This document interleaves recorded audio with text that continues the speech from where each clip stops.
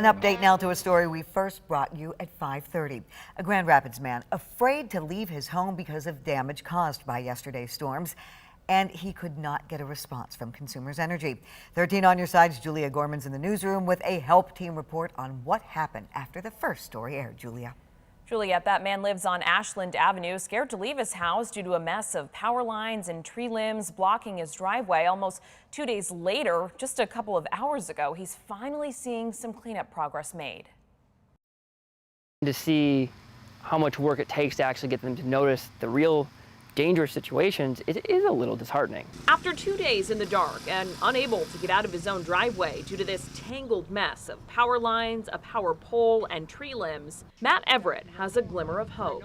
We know that there's a lot of people who need help, but knowing that they're at least here and are aware of the danger, we can sleep a lot easier now. Living on Ashland Avenue, we first introduced you to him early Wednesday evening. This feels legitimately dangerous. Everett says he called 911 and the fire department came and taped off the area, and he called Consumers Energy multiple times. Couldn't get to a person. There's no way to let someone know, like, hey, this could go much worse very quickly. The 13 on Your Side help team reached out to the city and Consumers Energy Wednesday about the situation. We got this statement from consumers just before 5 o'clock, reading in part, quote, Consumers Energy dispatched a crew this afternoon to a Grand Rapids street in response to a concern that a downed wire was in contact with a house. I camped out on Ashland Avenue for several hours late Wednesday afternoon into evening.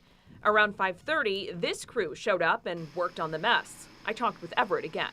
It was a little bit of a bummer to know that once WZZM started asking questions, then they came out. We've been trying to get a hold of them for 36 hours now. I reached out to consumers again just before 8 o'clock. They told me in part, quote, we sent a crew to ensure no downed wires were in contact with a house and ensure the situation is safe. We checked out the scene again around 8:30.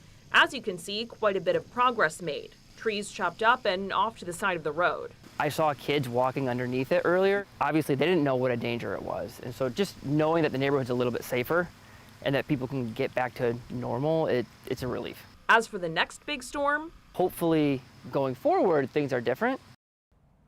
No, I've been staying in touch with Everett, and he says crews are still there as of about the last 20 or 30 minutes.